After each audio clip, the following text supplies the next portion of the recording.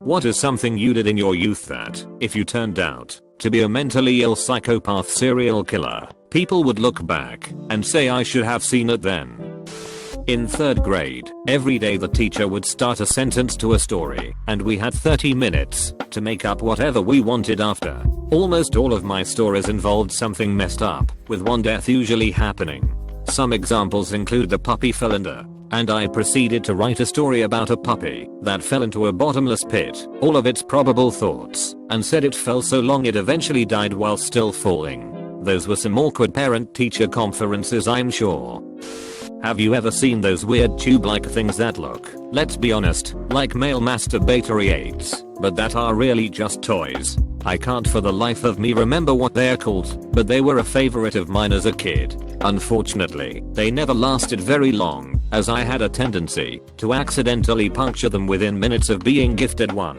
The water inside would leak out, the toy would become a floppy mess of plastic, and I'd go back to doing whatever I'd been doing before I'd been given the ill-advised present. One day, though, something a little bit different happened. As had happened countless times before, I'd been given one of those tube toys. In an effort to keep it from slipping from my 5-year-old hands, I took to gripping it as hard as I possibly could. Naturally, this caused it to slip from my hands, and also to go flying across my back patio, eventually landing with a sickening smack. I ran over to retrieve my toy, which had developed a hole, of course, and as I lifted it from the bricks, I saw something curious. By a stroke of insane luck, the plastic tube had landed on a pair of Barkselder bugs, which were a common sight in that area. Less lucky, for the bugs, at least, was that they had been crushed on impact, leaving a sticky red mess on my toy. Now, I don't know exactly where I got this idea, but upon seeing the insects in it, I came to the conclusion that I'd discovered an alternative means of making ketchup. After a brief trip inside to get a small bowl and a plastic spoon, both of which I believe had originally been a part of my kitchen playset, I set about collecting as many Barkselder bugs as I could find and mashing them into a vaguely red pulp. Several minutes went by, with my supply of ketchup growing slowly but steadily. I probably would have kept at it had my mother not come to check on why I'd stopped shrieking about the ruptured plastic tube. "Maximum," she said, eyeing my bowl of crushed bugs. "What are you doing? Making ketchup?" I cheerfully replied. Just then, I spotted another Barkselder bug, which I quickly grabbed and dropped into my bowl. My mother kept silent as I crushed the insect into the goop that remained of its cousins. "Are you going to eat that?"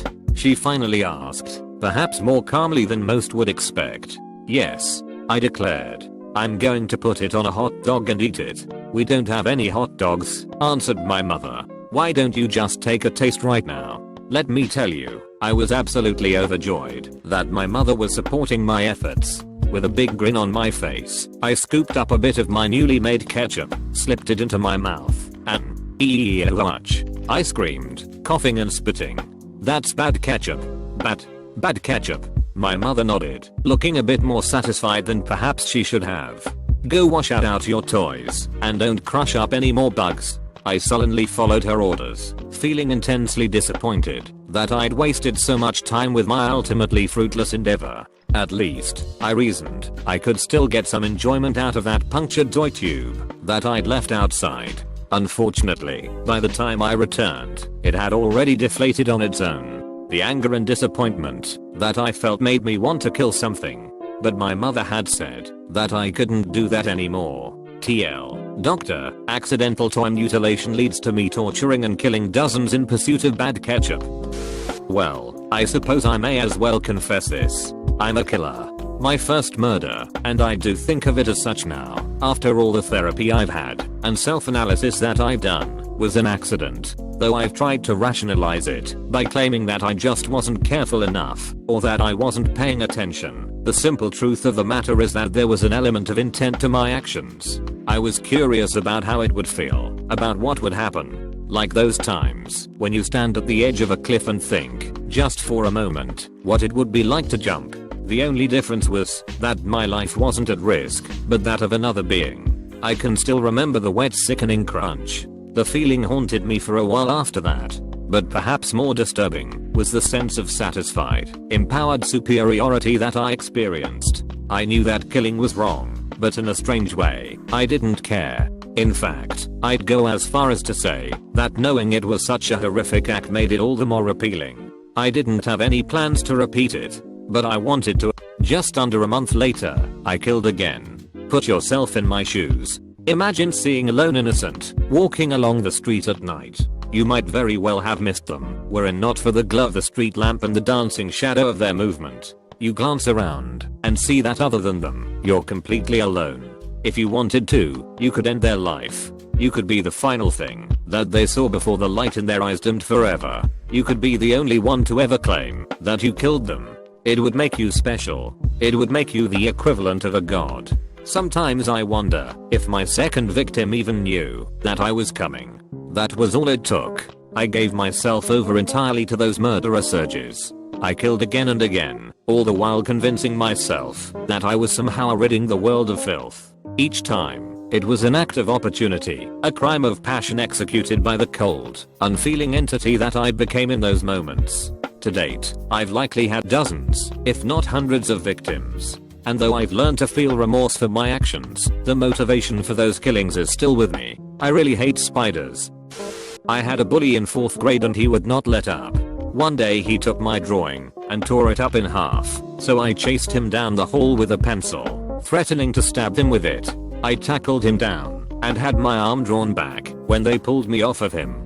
I turned out perfectly fine, I'd say. My bully went to prison about 7 years ago for car theft and aggravated assault. Also can be noted that Aaron Hernandez was also in our class, and we all know how that turned out. When I was a kid I used to pour hot wax from candles onto my hands. It hurt like hell, but I thought it was worth it to have cool wax shapes with my fingerprints in them.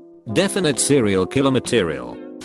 In about 2nd grade I started watching scary movies and loved them. In my notebook I would draw characters and scenes from these scary movies. One day my teacher had a notebook check and was worried about my drawings, so she spoke to my mom and me about it. I didn't really understand at the time. I remember I was upset that she didn't like my drawings.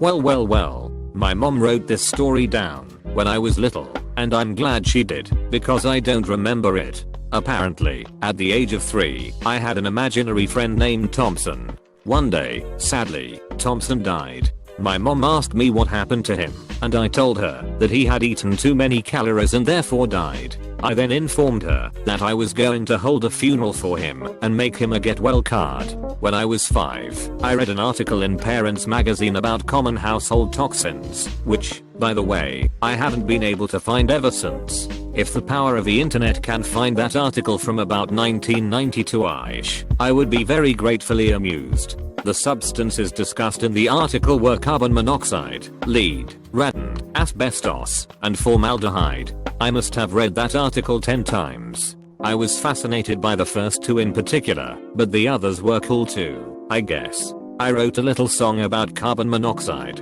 Carbon monoxide.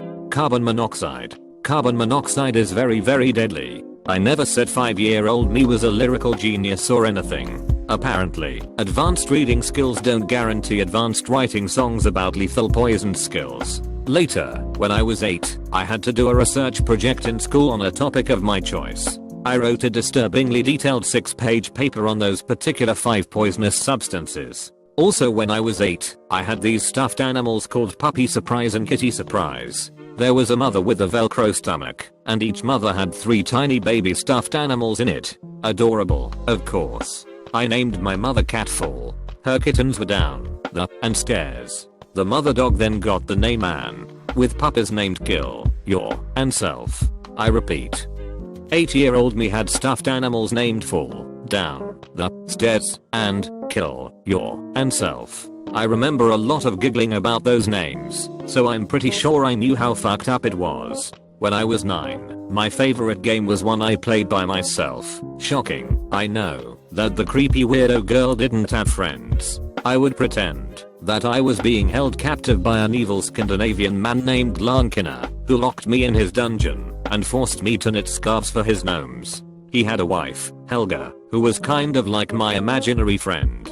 She would sit with me while I was knitting and cower in fear when Lankina came to whip his slaves for knitting too slowly. The only part of the game that was real was the knitting, as far as my parents could tell. I was just sitting on the back porch knitting for hours with absolutely no savage beatings or slavery involved whatsoever. I just made that stuff up to keep the afternoons interesting.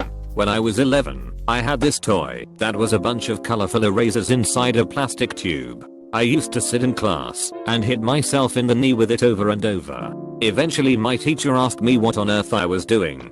I remember being surprised that she asked, and I just calmly looked up at her and said matter-of-factly, "Oh, I'm giving myself a bruise." Apparently, doing weird shit was kind of par for the course for me. It got less funny and more get this girl to therapy now as I got a little older, but now things have leveled out, and it's funny again. And my sense of humor is still kind of off. Probably flooding ants out of their ant holes and then lighting them on fire with a barbecue lighter. Either that or killing a squirrel by waiting for it to come below my deck and crushing its head with a large rock. Yeah, looking back I was a pretty fucked up child. When I was 13 or 14 and first started playing The Sims, I made a serial killer. He would put his victims in a 4x1 cell with a fridge, enough to keep them alive but no more. He would sit and watch them in misery for hours and get off to it. He fell in love with a woman who scorned him. She ended up there as well. Most of the neighborhood ended up buried in his backyard. So if I ended up as a serial killer, I don't think people would be even remotely surprised. I set fire to the living room curtains when I was 7. And I set fire to an old chair in an old outbuilding when I was 8. And maybe something else when I was 13 that I'm not telling you about because I don't know what the statute of limitations is in my area for arson. Don't worry, no one was hurt. But after that particular incident, which is not an admission of guilt, thank you very much, I kinda gave up the whole firebug thing. Fire. Fire.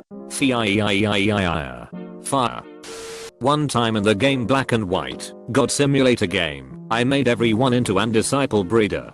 And I started killing everyone in my village. There were very efficient ways to kill people, however I didn't use those. I simply tried to skip the villagers on the water, hour after hour, until everyone was dead. Which took a while, since people were doing everything they could to grow the conversation.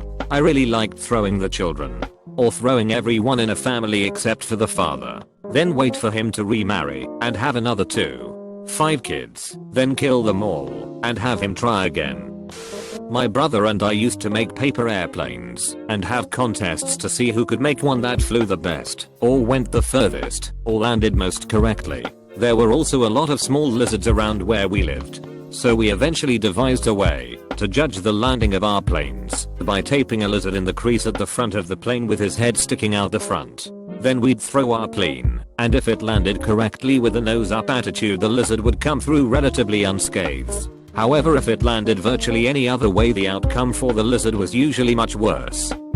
When I was around 12 or 13, my favorite pet rabbit died. We had quite a few. And somehow, in her death throes, she had managed to wrap her teeth around 2 links in the bottom of her cage. So now rigor mortis has set in, and she's completely stuck with her teeth set around the bottom of the cage. I try to pull her off, but no luck, so I go back into the house and tell my mom that Cinnamon Buns is dead, and I need a screwdriver. As my mom cries in the kitchen, I head back out to the barn with my screwdriver to jimmy her mouth open enough to get her off the bottom of the cage. The whole time, all I'm thinking is what if I use too much force and her head rips in half. It didn't, but I think my mom was genuinely concerned about the fact that I felt zero emotion about the whole thing. I just put the corpse in a bag and told her I'd deal with it when I got home from school. Washed my hands, had breakfast, and went on about my day. Rip Cinnamon Buns. Glad your head didn't rip in half. Did you think this was a funny video? Please like and subscribe. Any questions? Leave a comment.